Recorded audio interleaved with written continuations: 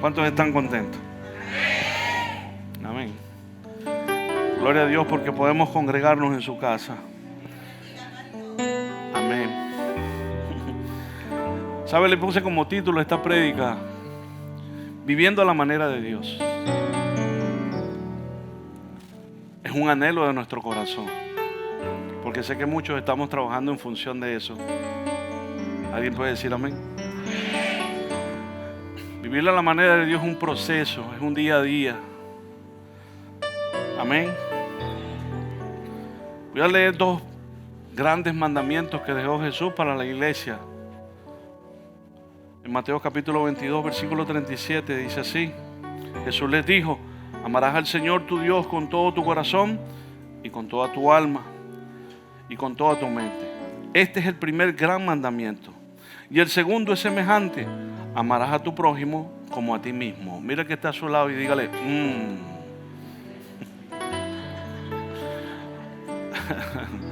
Por eso, como decía al principio, vivir a la manera de Dios es un proceso del día a día. ¿Por qué? Porque no somos perfectos. Pero por encima de eso, el amor de Dios es tan grande que nos escogió a nosotros para aprender a conocerlo, no solamente a través de las Escrituras, sino a través de su Espíritu Santo, para empezar a transformar y moldear una vida conforme a su voluntad. Denle un aplauso al Señor.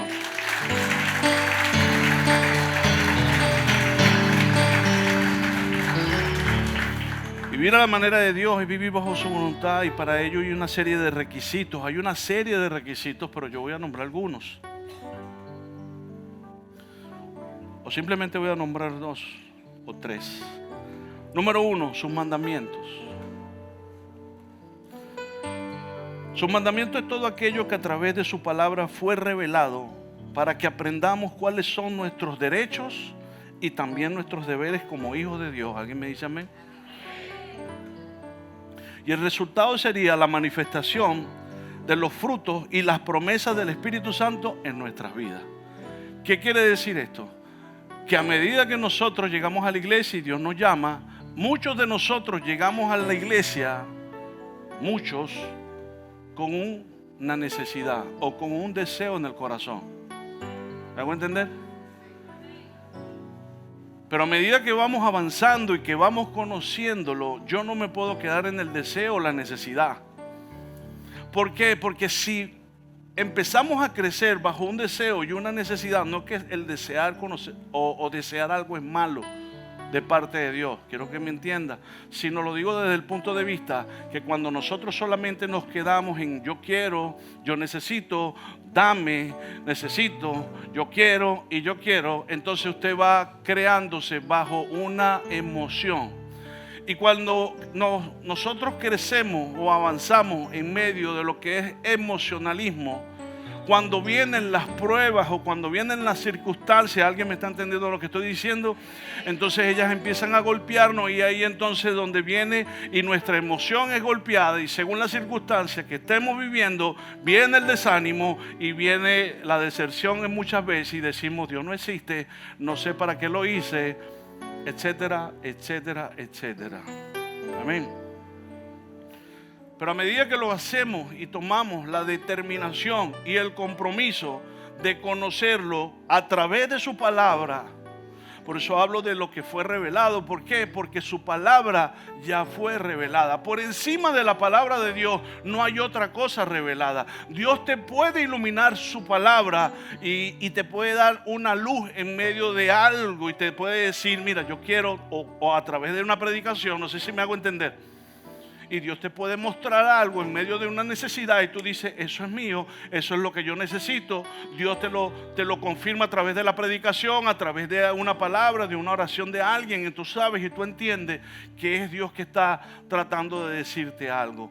Pero eso tiene, o para que eso se produzca, hay dos herramientas que son fundamentales para que eso se pueda llevar a cabo. Número uno, la oración. La oración es la conexión que tenemos nosotros desde el ámbito terrenal hacia el ámbito sobrenatural. Es la única forma de conectarte con Dios. Amén, iglesia. Entonces, no solamente el conocimiento te ayuda a entender muchas cosas y conocer el contexto de cómo pasaron algunas cosas o cómo fue escrita la Biblia. Pero a través de la oración yo tengo una conexión con Dios desde la circunstancia o lo que esté viviendo terrenalmente y me conecto con Él en lo sobrenatural. ¿Y qué trae esto como recompensa o como respuesta? Nos ayuda a tener una comprensión de la naturaleza amorosa de Dios. ¿Alguien me dice amén? Nos trae respuestas y resultados. Nos ayuda a encontrar guía para nuestra vida. Nos da fortaleza para que no cedamos ante las tentaciones. La oración alinea mi voluntad a la voluntad de Dios. ¿Alguien está de acuerdo conmigo? Entonces aquí podemos ver una serie de resultados que nos permite a través de esa conexión. Por eso es que la oración debería ser algo o un estilo de vida diario. Así como usted habla con su pareja, así como usted habla con sus hijos, como usted habla con personas. El problema está en dedicarle tiempo a Dios para poder tener una conexión con Él, no solamente a través de su palabra escrita, sino también a través de mi boca. Porque la Biblia dice que el poder de la vida y de la muerte está en la lengua. Amén, iglesia. Y también la oración nos enseña a cómo protegernos de las acechanzas del diablo. Porque recuerde que su lucha no es contra carne ni sangre. Amén. Pero es una batalla de resistencia. Y la oración me ayuda a fortalecer la segunda herramienta, y es la fe. Amén, iglesia. ¿Por qué? Porque la fe es la que recubre, blinda tus palabras para que lleguen al cielo y del cielo venga la respuesta. Y la fe es la que la protege para que llegue al corazón de Dios de tu boca y del corazón de Dios a tu vida. ¿Alguien me está entendiendo? Por la fe somos salvos. Por la fe somos redimidos. Por la fe somos justificados. La fe abre los cielos. Por la fe la palabra de Dios sí nos ilumina a través del Espíritu Santo. Por eso la Biblia dice: lámpara es a mis pies tu palabra. ¿Por qué? Porque cuando usted lee y usted se conecta con el mundo sobrenatural, el Espíritu Santo le ilumina el camino y lo ayuda a tener una mejor dirección. No solamente dirección, sino que le da enfoque y le da destino a su propósito. Vamos, si le va a aplaudir, apláudale.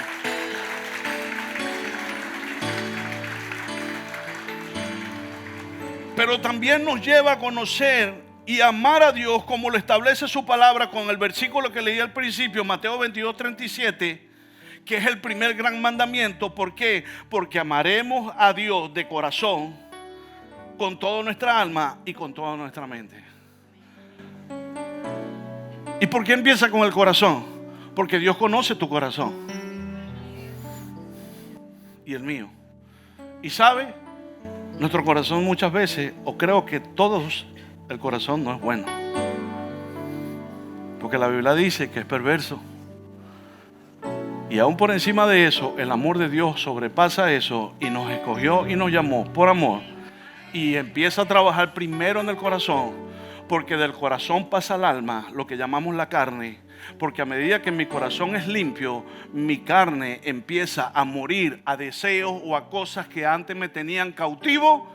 Y solamente no me libera de eso, sino que libera mi mente. Amén, iglesia. Entonces, esa es la importancia de poner en práctica en estos tiempos tan difíciles lo que quiere Dios y que nosotros podamos vivir conforme al deseo del corazón de Él. ¿Es fácil? No, pero no es imposible. Es una cuestión de decisión, determinación, perseverancia y fidelidad. Ahora, ¿de quién depende de que nosotros podamos vivir a la manera de Dios. ¿Del pastor?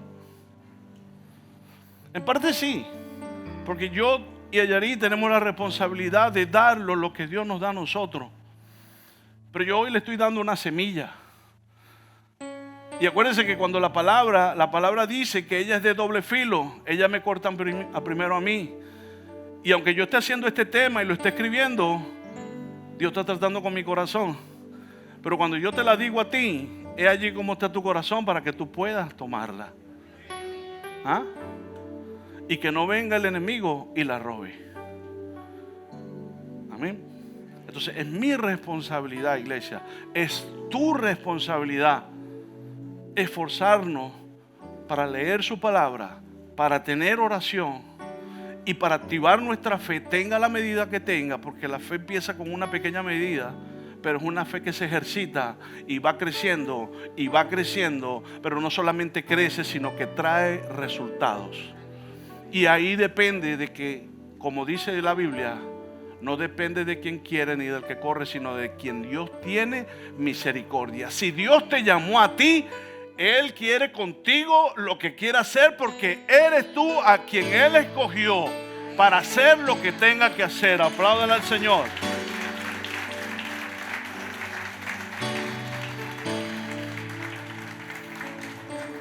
Entonces mi responsabilidad, y eso me hacía acordar del Salmo 55. Yo se lo voy a leer porque lo saqué de la Biblia. Dios habla hoy. Mire cómo dice: reúnanme a los que me son fieles, a los que han hecho alianza conmigo y ofrecieron un sacrificio para mí. ¿Está entendiendo?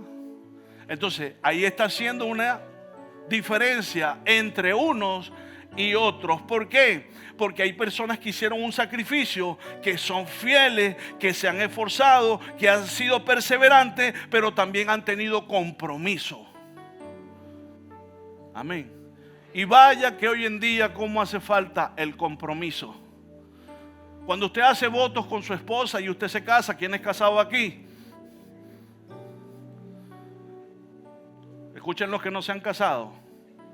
Cuando usted se casa, usted hace un pacto, usted hace un compromiso, que en las buenas y en las malas, ¿sí o no? ¿No dice así el cura?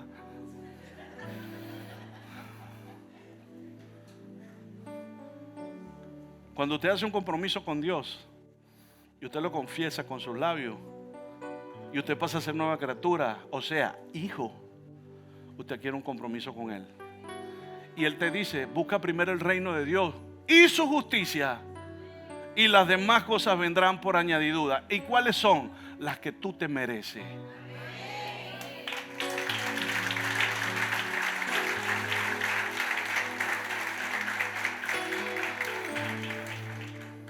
Ahora, ¿por qué? ¿Cuál es la importancia de eso? Porque esto es importante, porque esto a través y a medida del día a día, de la lucha, de la constancia, la perseverancia, la fidelidad, esto me ayuda a poder discernir por el Espíritu Santo en medio de las decisiones que yo tenga que tomar y poder ser más certero a la hora de hacer algo. Amén, iglesia.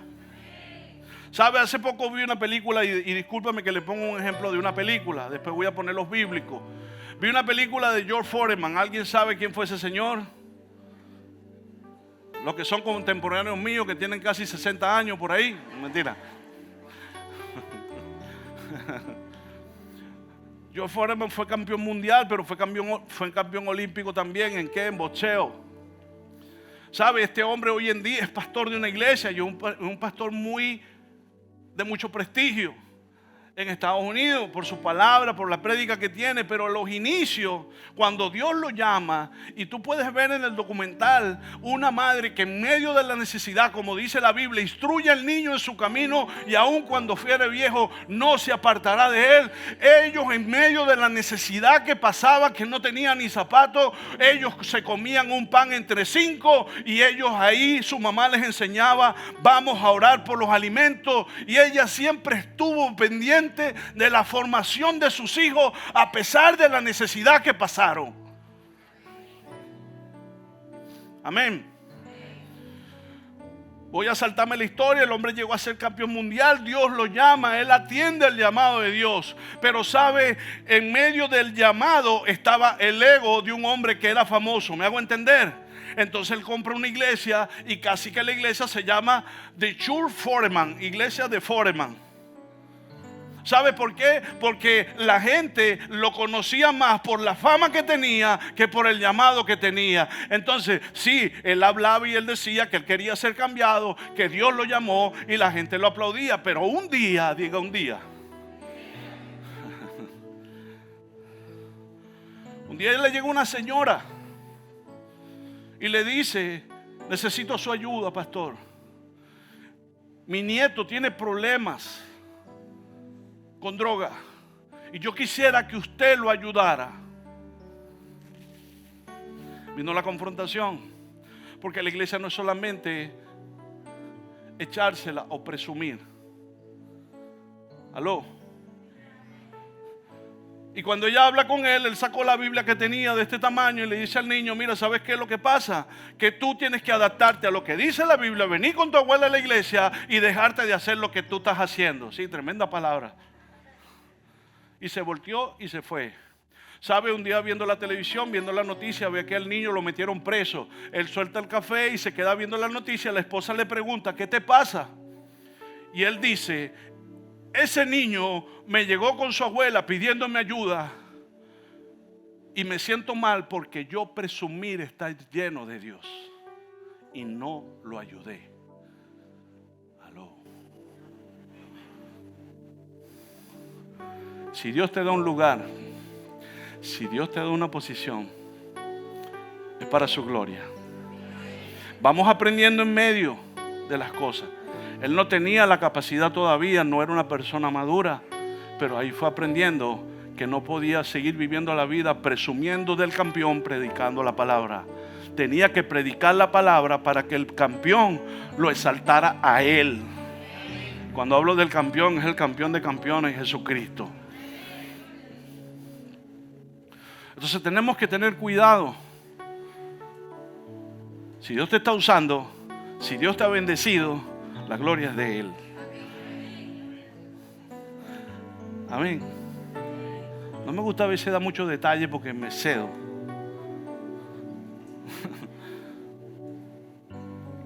Porque hay gente que Dios los empieza a bendecir y Dios los empieza a usar. Entonces ya no tratan a nadie. Ni siquiera se congregan y quieren ver a los demás por encima del hombro. Acuérdate quién te llamó y acuérdate quién fue que te bendijo. La solté por si acaso.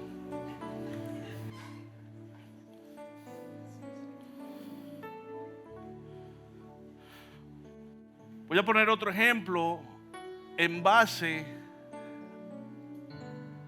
a lo establecido por Dios, pero por medio de una palabra revelada. Te explico. La Biblia fue revelada por Dios. Amén. Pero muchas veces tú en medio de la oración, Dios ilumina algo de la palabra y te habla el corazón. Porque habrá mucha gente que diga, algunos tienen el privilegio que Dios les habla y pueden discernir que Dios les está hablando. La Biblia dice que Dios habla: mis ovejas oyen mi voz y me siguen. Yo estoy a la puerta y llamo. Si alguien escucha mi voz y abre la puerta, yo entraré, comeré con él y él conmigo. Y Dios sigue siendo el mismo ayer y hoy y por los siglos. Por lo tanto, Dios sigue hablando. Muchas veces algunos tienen el privilegio de sentir algo y sentir que Dios les habló, otros Dios les habla. Yo estoy hablando aquí y a lo mejor alguien entre la multitud puede decir: Dios me está hablando hoy. Es la multiforme de la gracia de Dios de poder transmitir y poder hablarle a alguien o confirmarle a alguien. El problema está en la circunstancia que tú estés viviendo cuando no nos esforzamos a vivir a la manera de Dios y lo que Dios está diciendo no se maneja de la manera que Él quiere, sino que lo hago a mi manera. ¿Alguien me puede decir amén?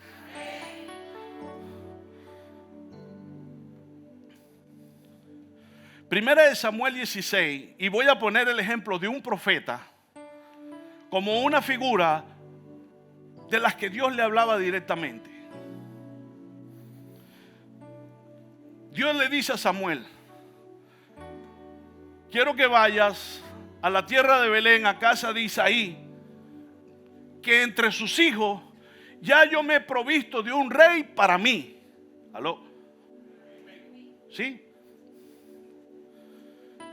El hombre hizo caso. El hombre agarró y se lanzó para Belén, casa del pan.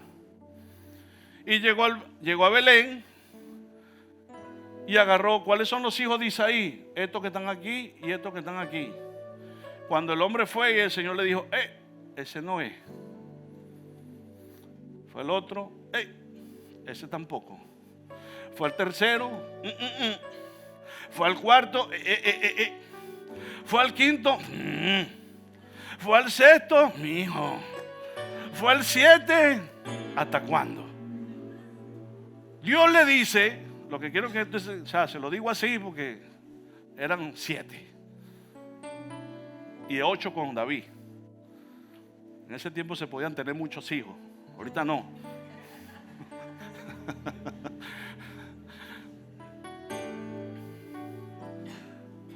Dios le dice a él: Samuel, yo no miro lo que tú ves. Yo no veo la hermosura ni su parecer. Yo veo es su corazón. ¿Se acuerda que hablamos del corazón? Y qué privilegio es que Dios puede ver, aunque vea nuestro corazón, que para Dios no hay tiempo y que para Dios no hay corazón tan inmundo que Él no pueda llamar y transformarlo y cambiarlo para la gloria de su nombre.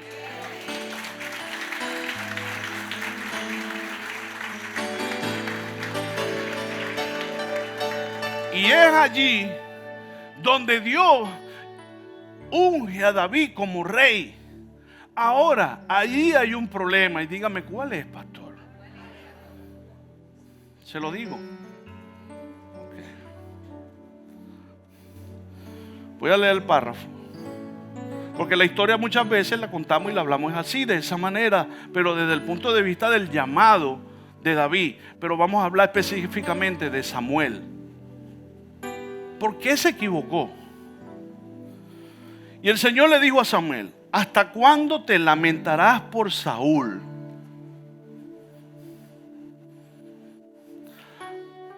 La palabra lamentarse viene de un dolor o una angustia, un sufrimiento que me lleva a la depresión. ¿Aló? O sea, y el Señor le está diciendo: ¿hasta cuándo? O sea, que ya el hombre tenía tiempo en depresión y lamentándose. ¿Por qué? Porque Dios desechó a Saúl, pero Él lo amaba. ¿Me hago entender? Él lo quería.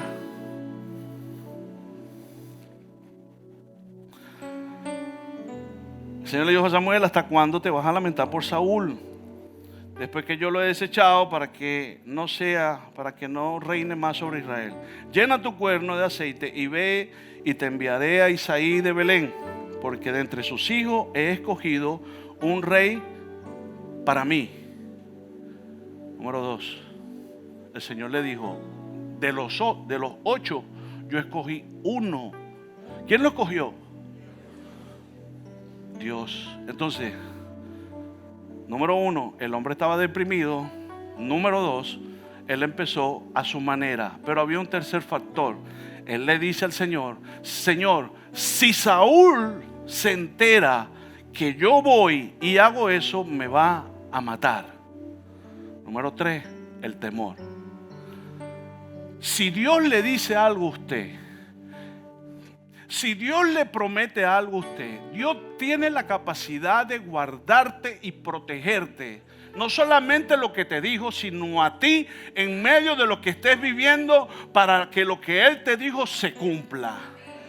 Amén. El problema era que el profeta de los profetas estaba deprimido. ¿Quién no ha estado deprimido alguna vez y se ha sentido mal? Y hemos hecho, tal vez has sentido algo en tu corazón, pero la depresión te ha llevado a buscar la salida por otro lado y lo has querido hacer a tu manera y no a la manera de Dios, porque me cuesta detenerme un momento y decir: stop, Señor, no lo quiero hacer a mi manera. Necesito entender qué es lo que tú tienes. perdone, me lleva un poco más de tiempo, tengo que ser un poco más paciente, pero valdrá la pena porque la voluntad de Dios es buena, agradable y perfecta. Pero el profeta se movió bajo los sentimientos y bajo el temor y cometió el error de escoger a quien Dios no le dijo. Aplaude al rey.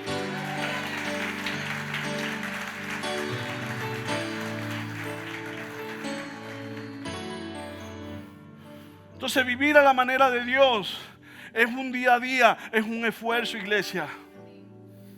No es fácil. Siempre pongo el ejemplo del deporte o de algo, el que se graduó de ingeniero.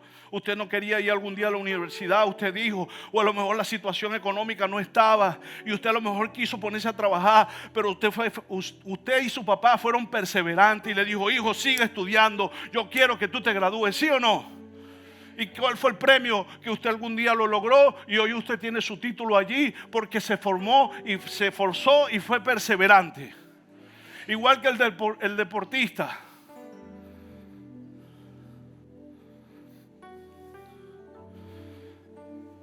Yo cuando empecé a hacer judo, cuando yo hacía judo hace muchos kilos atrás, cuando yo llegaba y veía que esos tipos salían volando, yo decía, pobrecito yo. Yo no sé, ¿te sabes por qué yo me metí a practicar judo? Mis tíos eran boxeadores, pero mi abuelo trabajaba en la Rinconada, en el hipódromo. Mi abuelo barría en el hipódromo y él a veces me llevaba en las tardes. Entonces él me llevó donde mis tíos practicaban boxeo, pero estaba el boxeo, el kung fu y el judo. Le voy a abrir mi corazón, mi abuelo nunca lo supo. Yo fui a ver el boxeo, yo conocí a Betulio González, Morochito Hernández, yo conocí a esa gente, iban para que sea mi abuela, yo los conocí, pero mi abuelo me enseñó, me metieron, este es uno de los deportes que quiero que veas, pero me gustaría que te quedaras aquí, me dijo él. Me llevó el kung fu,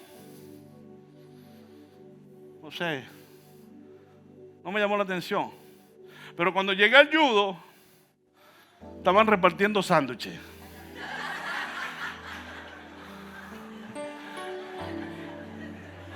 En serio. Y después de cada entrenamiento daban pan con jamón y queso. Y yo le dije a mi abuelo que era hacer judo. Pero el viejo me metió.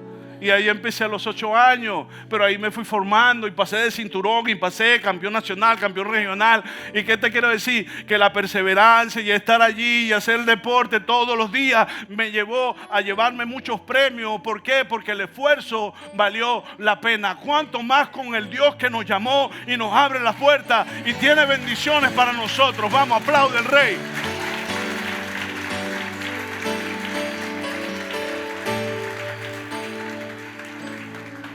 Segundo ejemplo, cuando la ley está establecida, o estoy hablando ahorita desde el punto de vista cuando Dios le habla a alguien a través de la palabra, a través de un sueño, a través de la predicación, ¿me hago entender?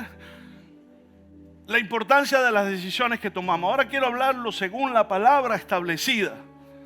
Cuando algo está escrito ya. En 1 Samuel capítulo 13 dice la Biblia que había una guerra entre los filisteos y los israelitas. Y dice que los filisteos se formaron allá y los escuadrones de Israel desde este lado.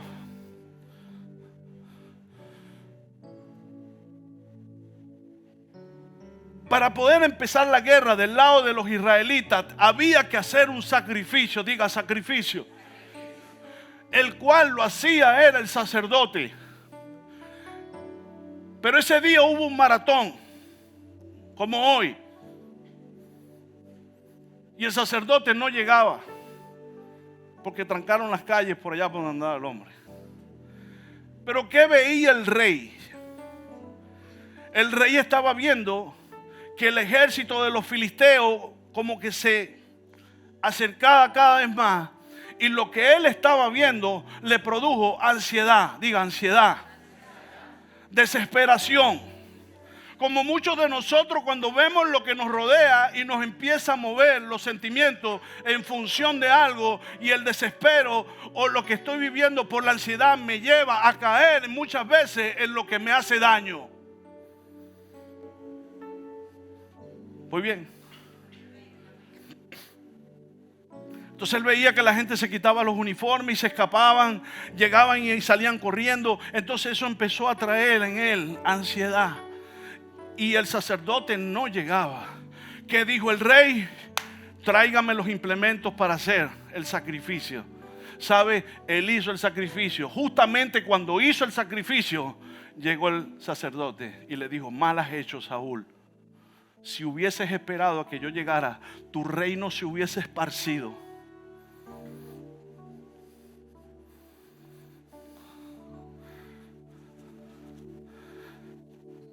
Tú puedes tener una posición en la iglesia,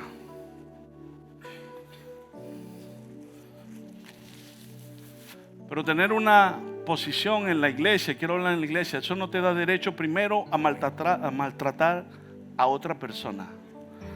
Pero tampoco te da derecho a usurpar lo que otro está haciendo. Yo tengo que respetar, en este caso, a Graciela. Y el hecho que yo sea el pastor, yo no le puedo decir a ella: quítate de ahí porque me voy a poner yo ahí. No, porque ella ahí está cumpliendo una función que se le delegó y hay que respetar la posición que ellas tienen allí.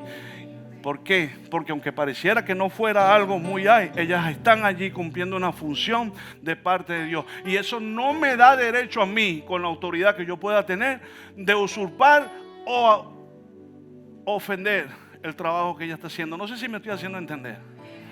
Entonces, las cosas se hacen según lo que está establecido. Y eso también va a usurpar lugares a la gente que Dios no los está llamando a agarrar.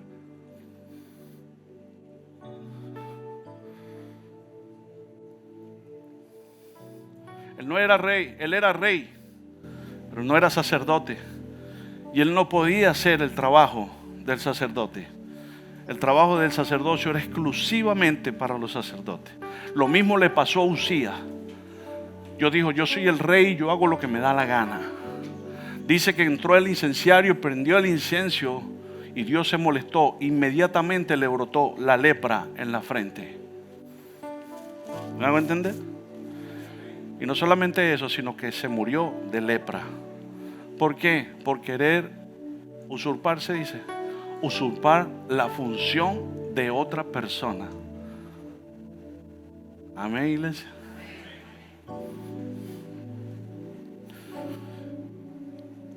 Y el tercero tiene que ver con el llamado. ¿Cuántos fueron llamados por Dios en este lugar? ¿Cuántos han sido llamados por Dios en este lugar? ¿Sabe? Soy una persona que me gusta predicar mucho en el Nuevo Testamento y hablar de las cosas de Jesús. Las historias de la Biblia, del Antiguo Testamento, me las leí y me hacía siempre la película. Esas historias de Samuel, de Saúl, de David. Pero me acordé de Ezequiel. ¿Cuántos saben la historia de Ezequiel, el profeta? Ezequiel capítulo 1, versículo 1. Mire cómo dice: aconteció que en el año 30, en el mes cuarto. Esto quiere decir que más o menos el hombre tenía 30 años ya. En el año 30, porque está hablando en base a su edad. En el año 30, en el mes cuarto, a los 5 días del mes, estando yo en medio de los cautivos. Quiero que vaya prestando atención a lo que voy leyendo. Ya tomó la primera. El tipo estaba preso, el tipo era un esclavo, estaba cautivo. Yo en medio de los cautivos, junto al río Quebar, los cielos se abrieron y vi visiones de Dios. Wow.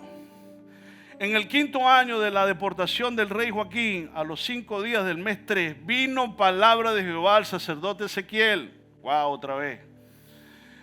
Hijo de Busí, en la tierra de los caldeos, junto al río Quebar, y vino sobre él la mano de Jehová.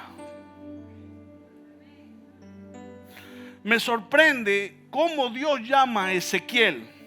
El detalle está que el llamado de él no es un llamado particular. ¿Por qué? Porque él era un esclavo cautivo en la tierra de los caldeos. A diferencia de Mateo, Dios llamó a Mateo recaudando impuestos. Dios llamó a Pedro pescando, ¿se acuerdan? Dios llamó a Moisés en medio de la zarza, ardiendo. Y a Josué lo llaman cuando muere Moisés. Casi todos ellos tuvieron un llamado glorioso y hermoso en medio de algo tal vez atípico, pero no fue igual. Este hombre, Dios lo llamó en medio de la cautividad. Y cuando hablo de la cautividad, hablo en medio de la angustia, del miedo, de la cautividad, de no tener esperanza y de no tener ni siquiera el sueño de que algún día podría salir de esa tierra libre. ¿Alguien me está entendiendo?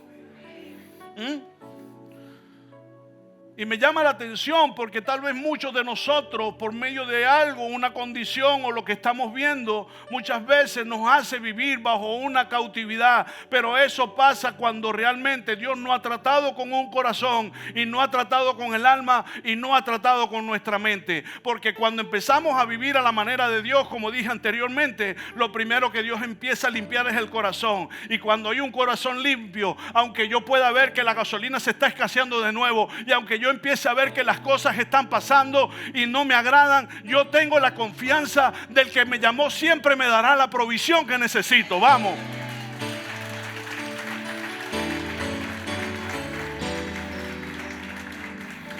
Este hombre tenía una vida sin fruto y sin esperanza. A él no lo llamaron en medio de un templo. A él no lo llamaron ejerciendo el sacerdocio. A él no lo llamaron en medio de una alabanza hermosa, ni en una iglesia grande llena de gente. No, estaba cautivo, preso, en una tierra extraña, incómoda, donde tal vez su fe no se acomodaba al sistema de ese lugar, pero su fe sí se adaptaba al cielo.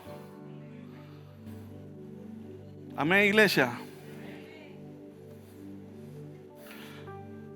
Por eso me gusta cuando Dios o dice su palabra que el brazo de Dios no tiene límites. Dios no se mueve y no lo limita a nadie. Dios se mueve no por política. Dios no se mueve por estrechez. Dios no se mueve porque... No, Dios se mueve y la mano de Dios se mueve, sí, en función de una nación para bendecirla, en función de una familia para restaurarla, en medio de un matrimonio para restaurarla, en medio de un hombre para hacerlo llamar o llevarlo a su llamado. Dios se mueve como Él quiere porque Él es Dios y hace como Él quiere. Amén, iglesia. Él no se puede limitar a razón social, tiempo, espacio o estatus social, porque Él es todopoderoso.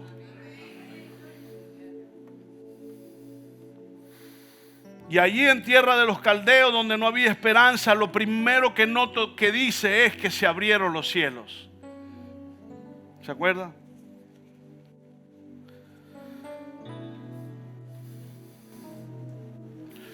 Cuando yo pongo mi vida y me esfuerzo a vivir a la manera de Dios, por muy de bronce que estén los cielos en el lugar que yo esté, Dios va a abrir los cielos. Dios puede abrir los cielos hacia una nación. Dios puede abrir los cielos para una mujer o para un hombre. Dios puede abrir los cielos para una congregación. Lo que quiero que entienda, que necesitamos buscar a Dios. Porque cuando los cielos se abren, la atmósfera cambia. Cuando se abren los cielos, tú estás más tranquilo. Porque tienes la paz que sobrepasa todo entendimiento. Y no tiendes a vivir en tu fuerza, tienes paz. Y cuando yo tengo paz, yo puedo tomar decisiones mejores. No me muevo por lo que veo como Saúl. No me dejo mover por los sentimientos que me deprimen y me llevan a tomar decisiones equivocadas. Este hombre estaba cautivo, pero dice la Biblia que lo primero que pasó fue que se abrieron los cielos en una tierra extraña. Y dice, y tuve visiones de Dios. Porque cuando se abren los cielos, Dios te empieza a mostrar tu futuro.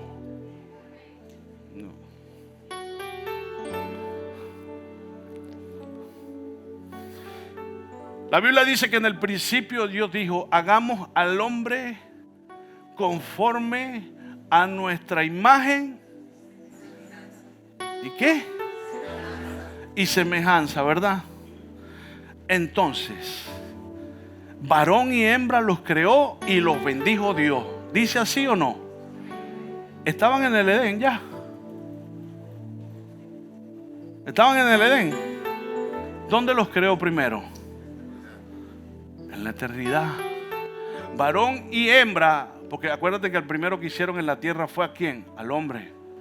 Pero a los dos los creó juntos.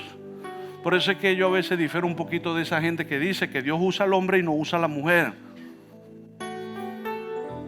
Dios usa a hombres y a mujeres también, porque los creó a imagen y semejanza. Los cielos no solamente trae una paz o trae calma, sino que también te muestra lo que ya está creado en el cielo, que es para ti.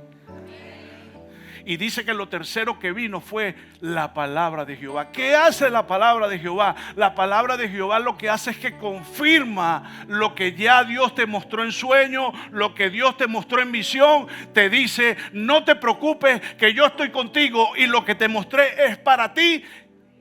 Y ese es el sello que tenemos nosotros en medio de lo que podamos estar viviendo. La palabra de Dios sella lo que te mostró. Entonces ahí no hay diablo que valga, ahí no hay circunstancia que valga. El problema somos tú y yo.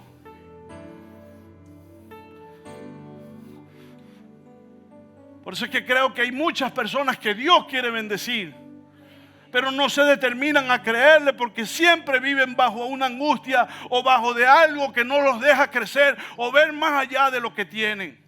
Y la mayoría están funcionando bajo la depresión. Una depresión que queremos tapar con cosas. Esa es la prédica pasada, me estoy metiendo para allá, pero insisto.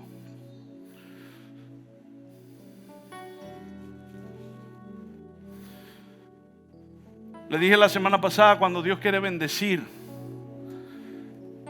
siempre trata primero con la cabeza. ¿Se acuerdan que se lo dije la semana antepasada? Si alguien vino. Y hablé de Gedeón, ¿se acuerdan? Para llevar a Gedeón al frente de un ejército, tuvo que tratar primero con él y lo llamó en medio del miedo, varón esforzado y valiente. Pero tuvo que trabajarlo a él, porque de 32,000 le quedaron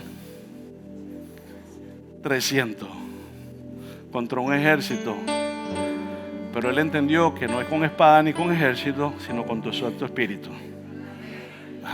Es la diferencia. Pero yo decía que muchas veces ahí estamos muchas personas en medio de esa angustia, tapando las cosas con otras, y eso no nos lleva a nada. Los lentes se me empañan. Eso no nos lleva a nada. Eso nos sigue llevando a vivir una vida como una rueda, como un Gilgal, como Israel en el desierto. Y pasan los años y pasan los días, pero no cambia nada. Pareciera que todo se empeora. Yo no estoy diciendo que usted y yo estemos exentos de ser probados o pasar por circunstancias. El problema es cuando se perpetúa y se perpetúa y se perpetúa el dolor. Y no solamente el dolor te trata a ti, sino que también el dolor se le pasa a tus hijos, a tu familia. Y vives en una vida de angustia y de tristeza porque no haya salida, porque no has querido determinar que Dios puede ponerle fin a eso si empezamos a trabajar en función de vivir una vida conforme a la que Dios quiere que vivamos.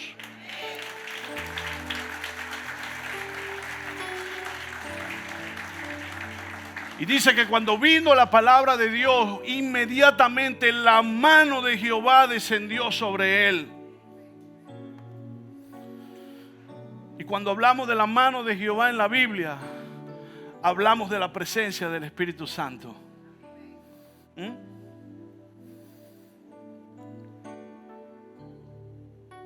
Si estás trabajando, ahí puede caer la presencia de Jehová.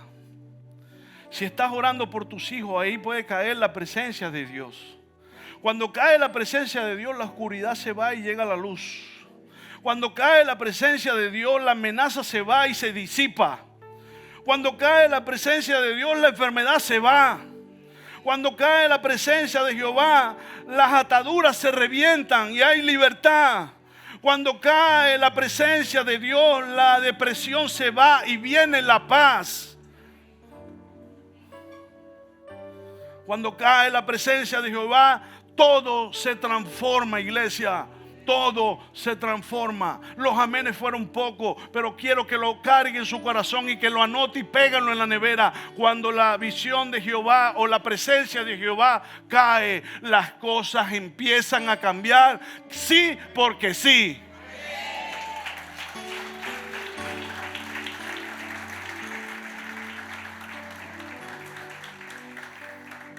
En Hechos capítulo 11, versículo 20, dice que los discípulos predicaban la palabra, pero en el 21 dice, y la mano del Señor estaba sobre ellos.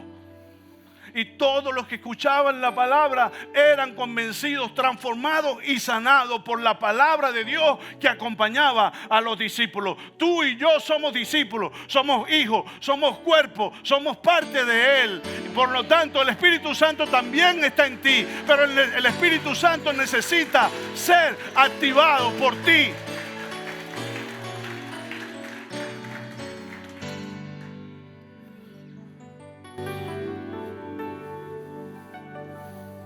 Podemos pedirle muchas cosas a Dios y no es malo, pero recuerda siempre decirle: Señor, yo quiero que tu mano vaya conmigo a donde quiera que vaya. Señor, si hay una puerta que tienes que cerrar, ciérrala y abre las que tengas que abrir. Señor, quiero que siempre vayas conmigo y me muestres.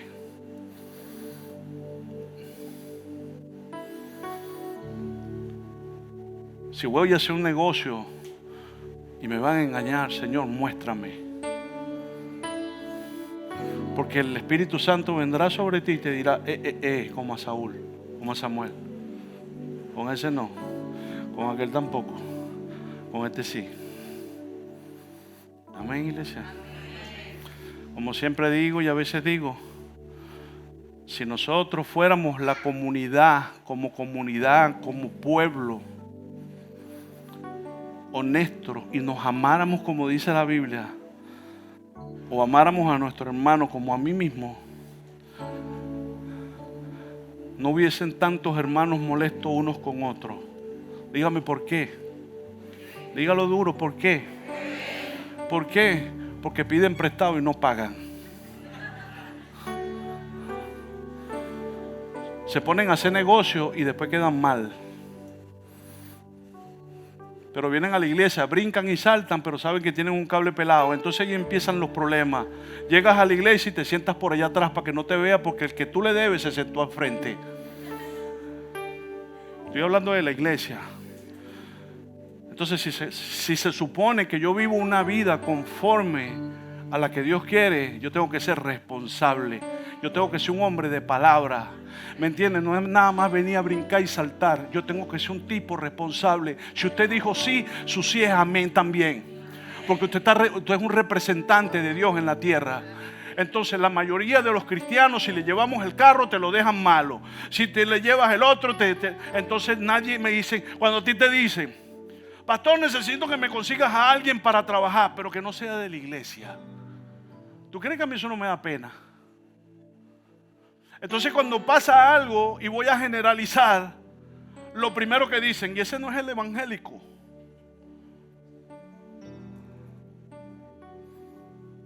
¿Usted no ha escuchado eso? Y ese no es el que se da golpe de pechos en la iglesia los domingos.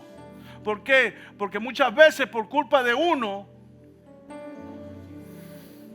nos meten a toditos por el mismo guaral. Así que, mi hermano, yo hago un llamado a la responsabilidad. Y si usted ve a alguien que está haciendo algo indebido, en el nombre de Jesús, dígale, no hagas eso, porque a Dios no le agrada eso. Y se pone bravo, que se moleste. Y yo no sé por qué dije eso.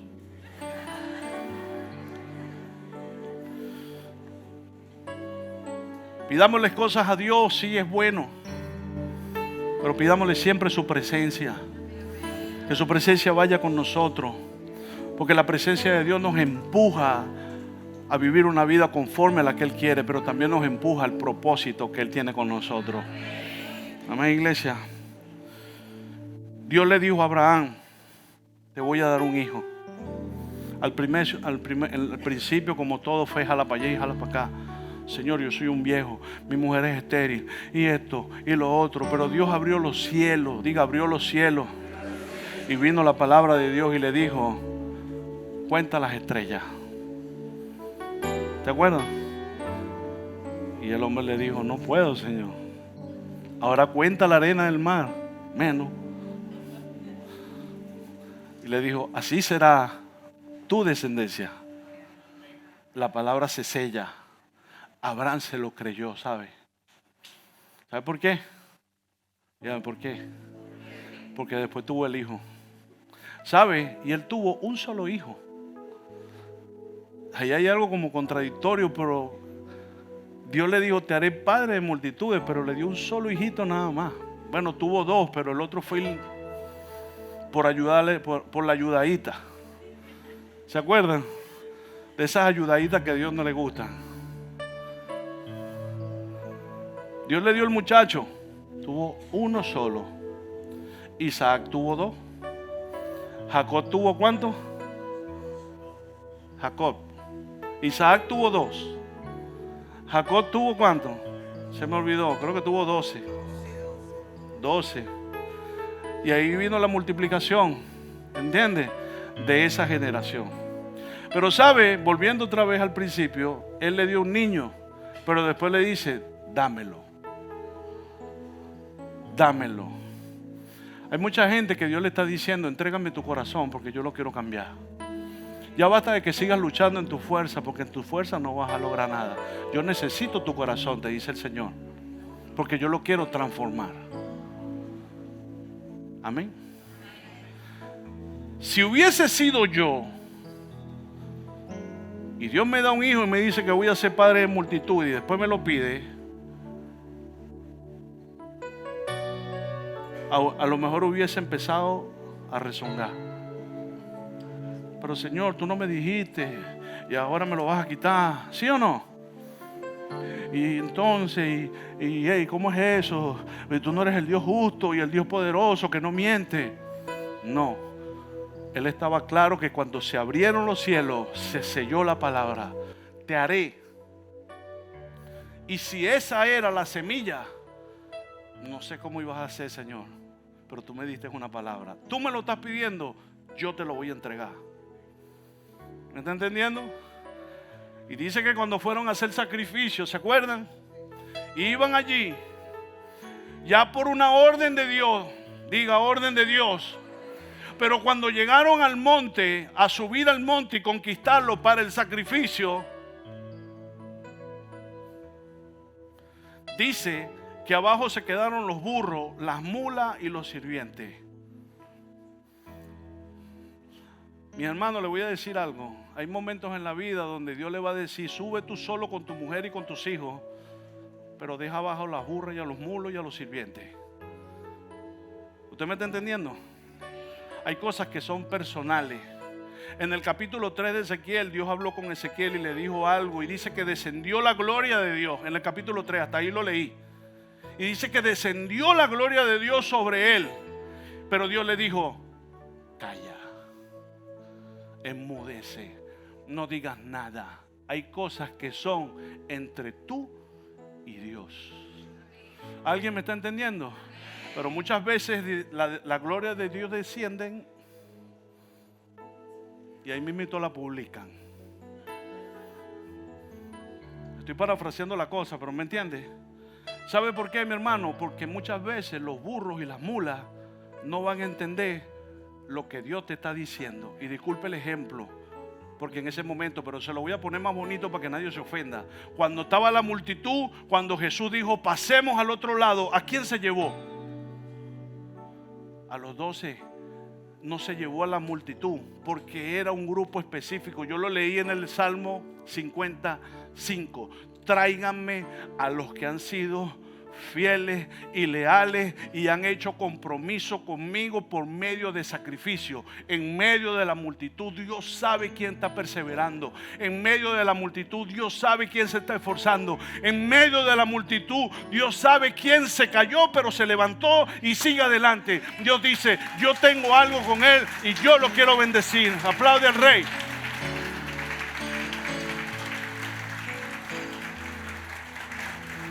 Por eso es que cuando van subiendo, el niño preguntó: papá, ¿y el borreguito dónde está? Él no sabía que él era el borreguito.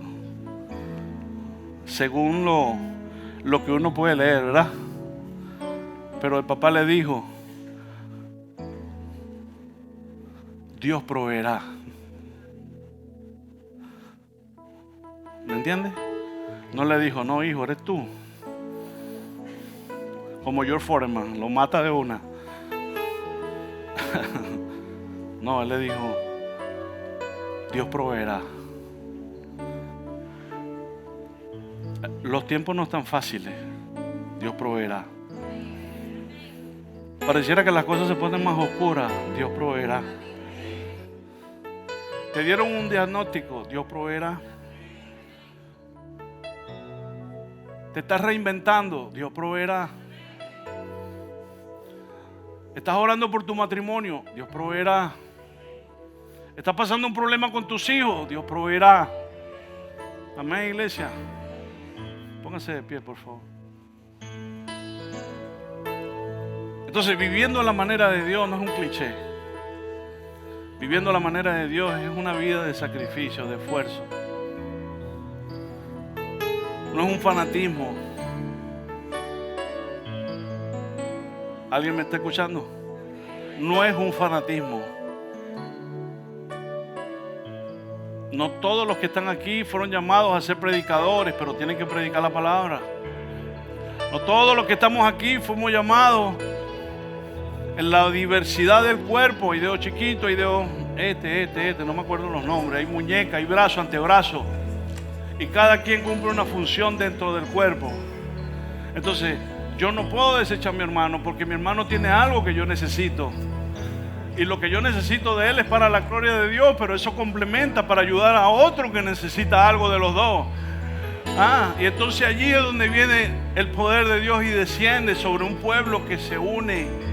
Pero también que aprendemos a tolerarnos los unos con los otros y de verdad nos amamos. No de la boca para afuera, sino de corazón. Amén. Pero también teniendo la responsabilidad de que si usted dijo algo, cúmplalo. Que si usted se comprometió a hacer algo, cúmplalo. Y cuánto más para el Señor. Amén, iglesia. Siento en mi espíritu que van a venir tiempos poderosos. Siento en mi espíritu que Dios está empezando a abrirle puertas, o le empezó a abrir los cielos a alguien o a algunos ya. Y ellos saben que los cielos se están abriendo. Hay personas que saben, porque ya han visto visión de Dios y saben que Dios los está moviendo a algo. Algunos sienten temor, otros sienten que no es con ellos. Sí es contigo. No te sigas haciendo el loco. Hay gente que se le abrieron los ojos y ha visto visión, pero ya Dios le habló. Algunos están cumpliendo y otros seguimos ahí avanzando. Dios no te está jugando. Dios quiere que empieces a caminar, que empieces a crecer, que empieces a meterte con Él. Él te va a guiar, Él te va a llevar a tomar la mejor decisión. Pero no sigas perpetuando, no sigas dejando que pase el tiempo, no sigas dejándote llevar por lo que mira, no sigas dejándote llevar por los sentimientos. Actúa, crece y avanza. Vamos, aplaude al Rey de Gloria.